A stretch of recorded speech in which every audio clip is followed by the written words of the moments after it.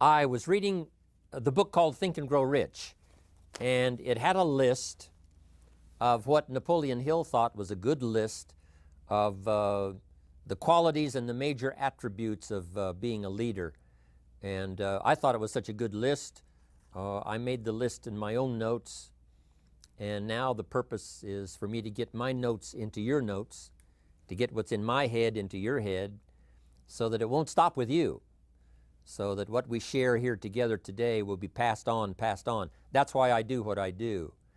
I do take great pleasure in touching the people that I can see, shake hands with, say hello to, an audience that you can see.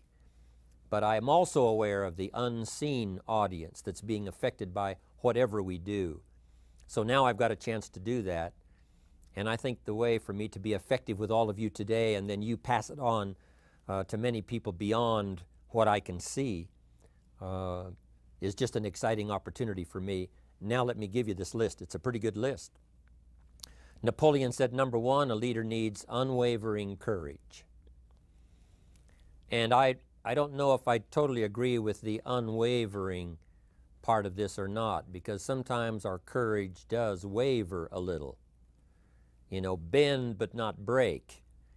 You know, courage mounts up, and then sometimes we have the doubts that creep in, and we reach a little deeper to find that courage that overcomes our doubts and our fears. So I would probably debate a little bit with Napoleon on this unwavering courage, because sometimes courage does waver. But as long as it stays, as long as in the end there it is to serve you, the courage to do what you didn't think you could do, the courage to step into territory that might be a little unfamiliar, the courage to talk to somebody you don't know, the courage to attempt conducting a meeting, the courage to give your first testimonial, the courage to, solve problems you couldn't solve before, that kind of courage. The courage to stand up when it's sort of dark in your corner, the courage to do it when it isn't going your way, seemingly. The courage to try to have a good day in the midst of a bad day, that kind of courage. Wavering a little at times, yes, because we all have doubts that attack us. We all have small fears that creep in. That is the nature of life. But that's what faith is all about. That's what courage is all about, to serve us when our doubts will not serve us well. Faith to overcome fear, and courage to overcome our doubts. But that is a good quality, a good attribute for a leader, and that's unwavering courage. Second, Napoleon said self-control. That, of course, is the very essence of life itself, is self-control. Because we all have this warfare going on. You know, it's going on in the world, the warfare between liberty and tyranny. In our own body, the warfare between health and illness, the struggle is on. The struggle between light and darkness, the struggle between good and evil. I call it opposites in conflict. And as soon as you're born into the world, as soon as you find yourself and discover yourself on this spinning planet headed somewhere, you know that this exists. To be a civilized society, we must drive the dark side of our nature into a small corner and let the positive side flourish. Early, we must learn to exercise self-control. Power is a wonderful thing, but it must be exercised properly. It must be exercised to benefit and not to destruction. So self-control is certainly necessary to be a strong leader, so that you can become the best example. The example of having your temper well managed, to having that dark side of your nature under control. The best example of choosing wise words and not being careless, that kind of control. Control of your appetite, control of your desires, so that they fit into the positive side of life and not the negative side. Self-control, very important. Then he said a leader must have a keen sense of justice. How very true. Justice we become familiar with, even when we're small, when certain things that happened or were done to us that we something told us that wasn't right. Someone did us wrong. We have that sense of right and wrong, and it starts very early. Then we have to have that sense of utilizing what's right and what's wrong so that we develop this sense of justice, this sense of being fair, this sense of being on the positive side, on the right side. To minimize a person's mistakes, they need to have this sense of justice. We have to have justice when we're building an organization. You know, what's fair, what is a good balance. The marketing system that Mark put together has to be fair for everyone. Otherwise, enterprise cannot work. Otherwise, we have what we call, in a political sense, anarchy, where there is no justice, when might is the order of the day, power is the order of the day, not the law, not the rule, not what's right, but power. And we would all dismiss that. It's been a catastrophe in the last 6,000 years, the governments that resorted to power instead of democracy, that resorted to intimidation instead of freedom. And we all know the terrible toll that that takes. But it takes a toll not only politically in a country or politically around the world, but it takes a toll even in enterprise. It takes a toll in school if a teacher is unfair. It takes a toll in working on a team where someone is unfair, or where the leadership is not fair in the administration of justice. So this is true, a keen sense of justice and what's fair and what's right. Part of this we have to learn as we go. You know, you don't have it all the first year. You haven't got it all the second year, the third year. After all the years that I've, been around, both as a human being and as a business person, we're still, even at these years, trying to decide what's best, what's fair, what's right, to give balance to our life and to build on a firm foundation for the future. So I agree with Napoleon. Good idea. A sense of justice. Here's another one, he said, definiteness of decision. Indecision is the thief of opportunity. If you don't decide, the opportunity could slip away. If you don't decide what you're going to do today, the day could get away and you're not very effective. I talked about in my recent travels about time management. And here's one of the best ideas of time management. Don't start the day until you have it finished. Is it possible to finish the day before you start it? And the answer is yes. If you don't finish it to the best of your ability, have some idea, some good plan, sure enough, the day escapes. And in the morning you say, let's see, what should I do now? In the afternoon you say, hey, time's getting away from me, what should I do now? And now most of the day is lost. Most of the day escapes not being utilized and doesn't work for you simply because you didn't make those decisions early, at the early part of the day. The decisions we make in the early part of our life sometimes last for a lifetime. The early decisions that you make about what you're going to do with your life as far as Herbalife is concerned, those decisions are vitally important. If you neglect them and don't make them, sure enough, the time passes and the opportunity sometimes is diminished, and sometimes you spend a lot of time now catching up simply because you didn't make those early decisions. So it's the decisions at the first of the day, it's the decisions at the early part of the month, it's the decisions at the early part of the year that greatly determines what kind of year you're going to have. The decisions you make in the early days of your marriage, sometimes those are the decisions that affect the marriage for a lifetime. The decisions you make at the first chance you see opportunity, those decisions, what you're going to do with it, how far you're going to take it, what it's going to be meaning to you in the years to come. Those early decisions are vitally important. Then we need decisions to correct poor decisions, to overcome our mistakes.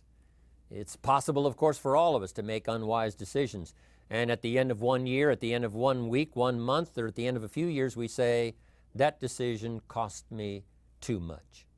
Cost me a lot of time, cost me a lot of money, cost me maybe a good relationship, cost me a chance to be productive. But as long as you're alive, there's still a chance to use new decision power to correct the mistakes of decisions that were bad in the past. All of us have the opportunity to do that, but I think Napoleon was right here too. You got to be definite in making decisions so that the opportunity doesn't pass you by. Take advantage. Here's the next one. Napoleon Hill said, a good leader has definite plans. How important that is. And of all the years, I think, to cash in on Herbalife's momentum and make some plans for the future, this has got to be one of the greatest years. Herbalife in these 18 years now has created some incredible momentum, not only in opening up the countries, but momentum in the refinement of our marketing, momentum in developing new products, momentum in developing our support system. The key is now for you to make plans to ride on that momentum. Herbalife is like the tide that comes in, and the rising tide lifts all the ships if they're in the water. If your ship and your boat is not in the water, even though the tide comes in that would lift all the ships, if yours is not in the water, then it doesn't benefit you. So here's what you should do. Have the same intensity to make your plans for the future as Mark Hughes has. As the President's team, Chairman's Club especially, make the plans for the Herbalife company future, you've got to now make your plans. Don't let this momentum pass you by. Don't let this momentum go uncashed in on. Don't let it be like a lost cause for you. And maybe you've, because of the lack of plans, have lost a month or two, or you've lost a week or two, or maybe you've lost a year, and you were 10% effective instead of 100%. Now's the time to change all that and start making some plans. Your Herbalife plans, they're vitally important. You might as well cash in on the Herbalife plans for world expansion, the Herbalife plans for expansion within your country, the Herbalife plans for the expansion of the business, the incentives. Cash in on that, capture that, and say, I've got to have some plans that match Herbalife. Not necessarily match Herbalife in numbers, but that can match Herbalife in momentum, that can match Herbalife in cashing in on the opportunity. You got to have some plans for your family, all right? You got to take your family along, don't leave them out. One of the challenges all of us have in making our plans is how to balance everything, to make sure that we don't regret at the end of a year, I spent too much time on that. I spent too much money. And then if you have, say, how can I not do that again? And construct some better plans so that you won't have any regrets at the end of a year to come, 5 years to come, 3 or 4, 5 years to come. Definite plans. The plans for the use of your money. One thing I've admired about Mark Hughes since I've met him all those years ago, once he started becoming successful, he had a splendid plan, not only for his personal success in terms of financial security, but in terms of the company. Because Mark has to look after the company and make sure that the company is secure, that the company has plenty of reserves, so that no matter what happens around the world, and when you're doing business in 37 countries, you can imagine what the challenge is to make sure the plans for each country are there, the backup plans, the financial plans, as well as products and opportunity and marketing. It is a challenge beyond comprehension to most of us what kind of planning that takes in terms of trying to make Herbalife secure for the future. I described it in one of the summit classes as Mark takes the same pledge that the President of the United States takes, and that is to preserve and protect and defend the Constitution, says the President. But Mark has to preserve and protect and defend the company to make sure it's viable, not just in America where it started, but all around the world in each country. It's an awesome responsibility. But now for you, your plans to be financially secure. If you're starting to make some big money in Herbalife, I'm telling you, you got to have a good plan for your resources so that you find yourself secure regardless of what happens. I agree with Napoleon here. You got to have good plans. One more on plans, and that is the plan for your personal development. The plan to be better this year than last year. the plan to take the classes, attend the workshops, do everything you possibly can to show personal progress, not just financial progress, not just the progress of having one more car or one more home, but the progress of personality, the progress of communication skills, the progress of recruiting skills, the progress in how to deal with people, progress in using your influence so that it multiplies its power by 5 by 10 versus what it used to be. You need those kind of plans.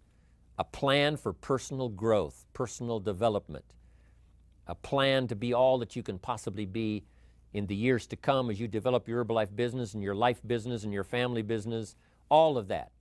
Got to have good plans.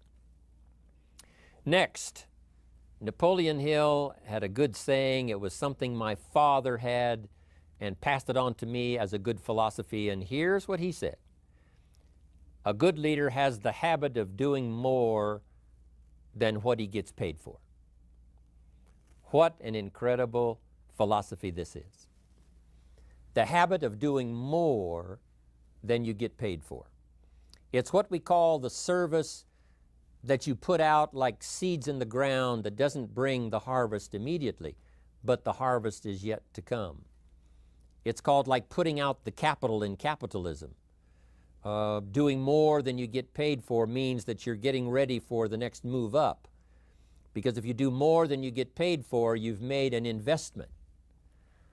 The average person might think if I do more than the company requires, then they're ripping me off. I'm not getting paid for that extra time, that extra attention. But you must not view it that way. You must say, I'm getting there a little earlier, staying a little later, as an investment in my own personal future. Because I want that kind of reputation. I want that kind of philosophy to work in my life. Do more than you get paid for. And this philosophy works incredibly well in Herbalife. You make the Herbalife sale of the Herbalife products. Now you must do more than you've gotten paid for. Right? They've got the product, you've got the money. But you can't stop your investment there. Now you must develop the investment in time, effort, and energy in turning that new customer into a testimonial. And sometimes that's the most difficult work, the work after the sale. Because the sale might be fairly easy. Someone says, hey, I've been looking for this product, I need it, here's my money. But now you've got to stay with them, make sure they don't just buy the product, but that they use the product. And that they don't just use the product, they keep using the product. That's the work after the sale. But if you learn to make that kind of an investment and do more than you get immediately paid for, the payoff in the future can be fantastic. Because as we all know in Herbalife, what really pays off is not a sale of the product. What really pays off is a testimonial. A testimonial that gives you more sales than you can keep up with. A testimonial that takes you places you could never go by yourself, introduces you to people you'd never see on your own. That kind of investment is so powerful. So you do more than you get paid for up front. It's happened for me, making the investment. When I first started lecturing 36 years ago, I talked to high school classes, college classes, service clubs, and I gave it all away. I went and talked for free. Someone said, Mr. Owen, would you come and do this breakfast talk? I said, sure. Could you do this luncheon talk for this service club? I said, of course.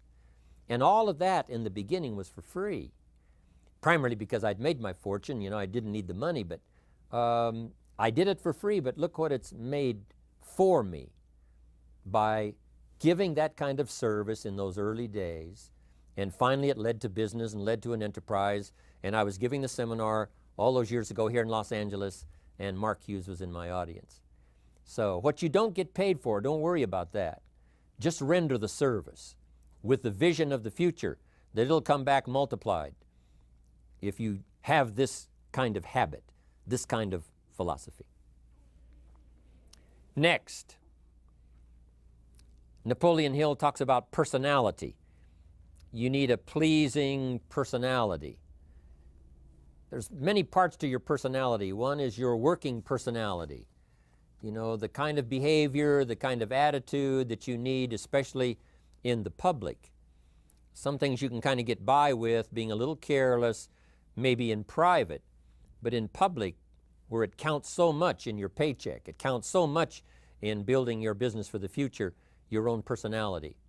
But here's what you also must remember. You develop your personality in private so that it serves you well in the public.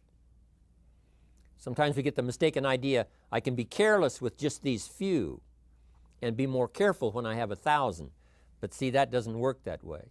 Careless with a few, sure enough, that will creep into your presentation for 1,000 people. Here's the best practice, and the Herbalife opportunity in our marketing systems gives you the best chance to do that. The influence you have one-on-one, that's what really counts. You say, well, I'm only talking to 2 people, it doesn't matter much. That's when it really matters.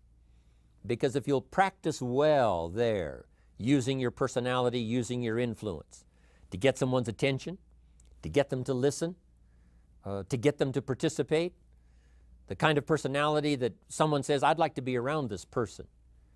They're unusual. They're not like the average person I meet on my everyday experience.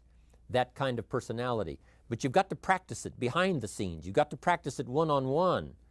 And if you're effective one-on-one, 1-on-3, 1-on-5, I promise you, that will get you ready to now perform with the kind of personality, the kind of charisma that wins people when you're in front of 500 people, 1,000 people, 5,000.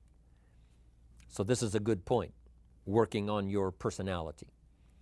Here's the best gift you can give someone, and that's the gift of attention.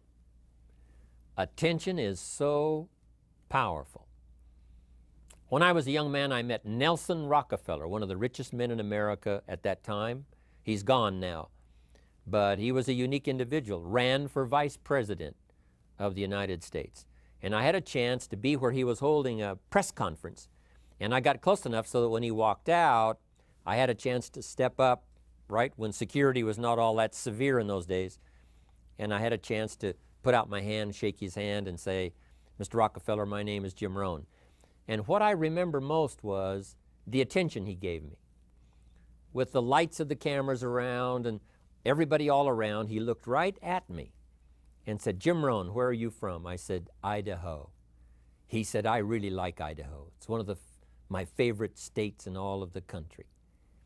And for just a few seconds, he gave me his attention, shook my hand. I'll never forget the handshake, right? One of those multi-million-dollar handshakes.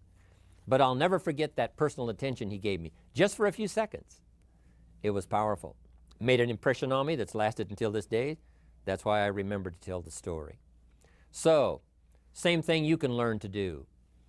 Utilize your personality, utilize your influence, give people the gift of attention. Here's the rest of my list now as we finish up. Next, Napoleon Hill said a leader needs sympathy and understanding. We have to develop that early in our lives. All of our lives, we have to look at those that are less fortunate than we are, those who need a helping hand, and especially now we learn to look at those who need an opportunity, those who need a change in their health, those who need a change in their life and in their lifestyle. It's this kind of sympathy and understanding that drove Mark Hughes to construct the company. It took that kind of understanding, that kind of sympathy, that kind of deep emotional feeling. Then Mark understood what it meant to be poor. He understood what it meant not to have. He understood what it meant to be short on finances, on resources. He understood what it meant to lack, a full formal education. He knew all of those lacks. And instead of crying about it, he said, what I will do is change it for myself, and then I'll help other people that have the same challenge. Lack of education, lack of the money, lack of the resources, lack of good health, faced with all kinds of difficulties they can't solve. I'll get mine solved, and then I'll be strong enough and have the skills to where I can help other people. That kind of leadership quality is so powerful. That kind of understanding. Here's the next one. A leader must have, Napoleon said, a mastery of the details. How very true. All can be lost with just a couple of missing details. On the trip to the moon, everything has to work, right? There's several thousand moving parts. There's several thousand pieces to the project of getting to the moon and coming back, and all of them have to work. You can't have 10% of them working, 90% or 80%. They've all got to work. And then there's the backup systems for something if something goes wrong to back it up. That kind of mastery of detail is so vitally important. But here's what else to remember as far as Herbalife is concerned. The drama is in the details. Someone says, you know, I lost 30 pounds. Well, 30 pounds is 30 pounds, but that's not the drama. The drama is, where were you before you found Herbalife? How did you feel? What kind of circumstances? Now someone begins to give us some of the details. And then after they've lost the weight, now how they feel. Now their self-confidence has been restored. Now they feel better about themselves. The drama is in the details. But this is also important in the details of your day, the details of your business, the details of good communication. Master the details. Good advice, Napoleon Hill. Now here's the next three. Willingness to assume full responsibility. All of us have been taught that, especially these Herbalife years, to take full 100% responsibility. Mark Hughes says, what happened to me might not have been my responsibility, but what I do about it is my full responsibility. I've had some things, some people did me wrong. In his first couple of business experiences, he was done wrong. Some people ran off with the money. He was left holding the bag. But he said, that's what happened. And I was not responsible for what happened. But I am responsible for saying to myself, now, what am I going to do about what's happened? If a hailstorm destroys the farmer's crop, he wasn't responsible for that. But his responsibility now begins when the hailstorm is over, when he asks the question of himself, what should I do now? Now that this catastrophe is over, now that the damage is done, now what should I do about it? And a philosophy I've taught all these years, it's not what happens to you that determines your future. It's what you do about what happens that determines your future. And this is a major part of it, accepting full responsibility. If you've got an organization, you're conducting meetings, and you're the leader, the responsibility ends with you. Someone else may mess up, make some mistakes, still your responsibility. Some things over which you have no control, understandable. But what you do about it now, how you fix it, the diplomacy you use, the strategy you use, that's the kind of responsibility now that depends on you. Also, you've got to be responsible for your future. Nobody's going to fix it. No one else is going to design it. No one else is going to come along and say, hey, I will make sure it all works well for you. You've got to take all the input, you've got to take all the testimonials, all the teaching, all the training, all the influence, then you've got to have the responsibility of designing your life. You can design a life of prosperity, or you can design a life just to coast and get by. The responsibility belongs to you. Now here's the last two. Next is cooperation. One of the great things we learn in Herbalife is how to cooperate so that we take advantage of each other's ideas, we take advantage of each other's input, we take advantage of each other's enthusiasm, we take advantage of each other's testimonial, and we take advantage of each other's willingness to grow. That kind of cooperation has built Herbalife. In those early days, Mark got the group together. Jerry Shatanovich, Doug Stuntz, the rest, and made some plans to cooperate. Said, no telling what kind of powerful meetings we can have if we work together.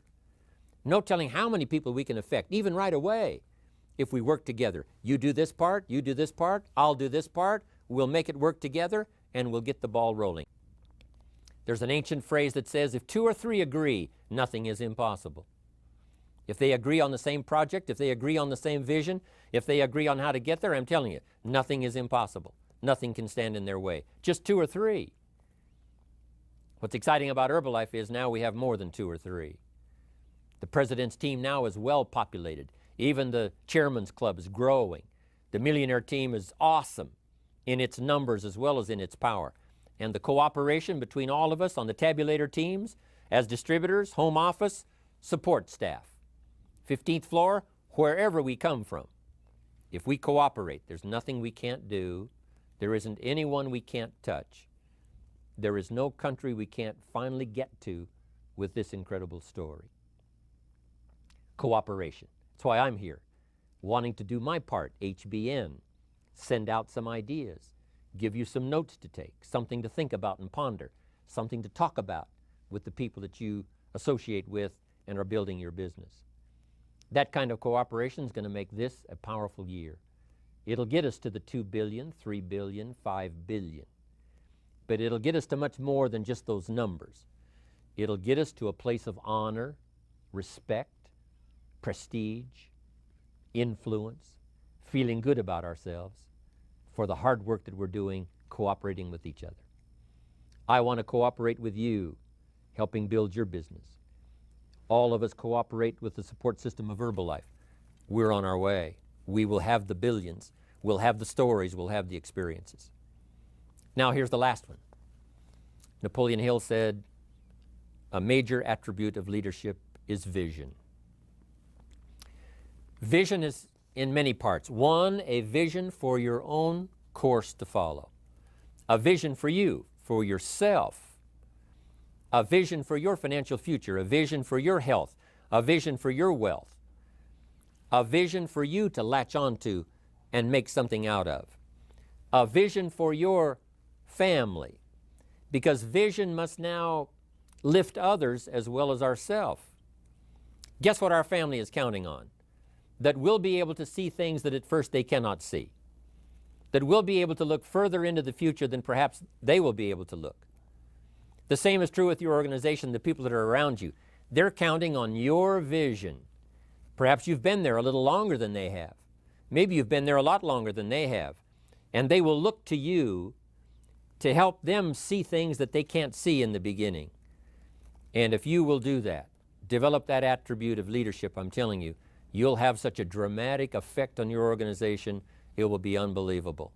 A vision for yourself, a vision for your family, a vision for your organization, a vision for the people that you're close to.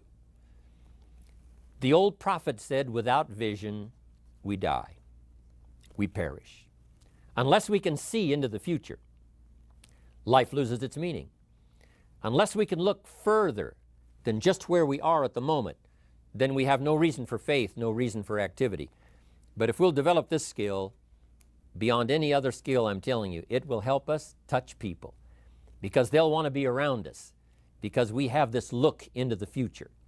Not only the short-range vision of what we're going to do this week, this month, this year, but the long-range vision like Mark has, taking us to the 5 billion. You can have a vision that will take your organization into the future and bless everybody with success. I call this leadership studies. You know, Herbalife's been on